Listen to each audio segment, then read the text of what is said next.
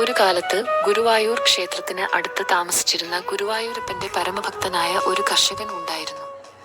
കൃഷിയിൽ തുടർച്ചയായ പരാജയങ്ങൾ ഒടുവിൽ അവൻ ഒരു ചെറിയ പാട്ടഭൂമി വാങ്ങി പച്ചപ്പയർ കൃഷി ആരംഭിച്ചു.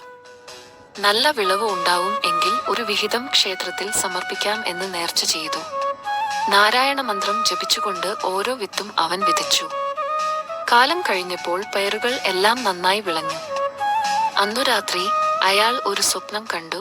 5-6 വയസ്സുള്ള ഒരു കോമള ബാലൻ പുഞ്ചിരിച്ച് അവന്റെ അടുത്തേക്ക് വന്നു പറഞ്ഞു, എനിക്ക് പച്ചപ്പയർ ഉപ്പേരി കൂട്ടണം, നാളെ അമ്പലത്തിൽ എത്തിച്ചു തരുമോ?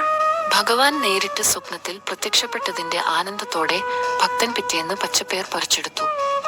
ക്ഷേത്രത്തിന് അകത്തേക്ക് പ്രവേശനം ഇല്ലായിരുന്നതുകൊണ്ട് അവൻ പുറത്തേക്ക് വെച്ച് ഭരണാധികാരികൾക്ക് പയർ ഏൽപ്പിച്ചു. ഭഗവാനായി നേർച്ച നിവേദിക്കണം എന്ന് വിനീതമായി അഭ്യർത്ഥിച്ചു. ഭഗവാനായുള്ള വഴിപാട് എന്നതുകൊണ്ട് ഉപ്പേരി ഉണ്ടാക്കി. പക്ഷേ അവരിൽ ചിലരുടെ അവ്യക്തത കാരണം ഉപ്പേരി കരിഞ്ഞുപോയി. ഭക്തന്റെ നേർച്ച നിവേദിക്കപ്പെട്ടു. അന്നു രാത്രി വീണ്ടും ഭഗവാൻ സങ്കടത്തോടെ സ്വപ്നത്തിൽ വന്നു. ഉപ്പേരി കരിഞ്ഞുപോയി, നാളെ വീണ്ടും കുറച്ച് പയർ കൊണ്ടുവരണം. ഭക്തൻ പിറ്റേന്ന് കൂടുതൽ പയർ കൊണ്ടുവന്നു. ശ്രദ്ധയോടെ ഉപ്പേരി ഉണ്ടാക്കി ഭഗവാന് സമർപ്പിക്കാൻ ഉപദേശിച്ചു.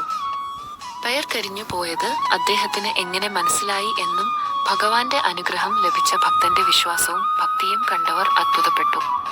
ഭക്തഭൃത്യഭാവത്തെ സ്മരിച്ചുകൊണ്ട് അദ്ദേഹം പ്രാർത്ഥിച്ചു, കൃഷ്ണ, ഗുരുവായൂരപ്പ,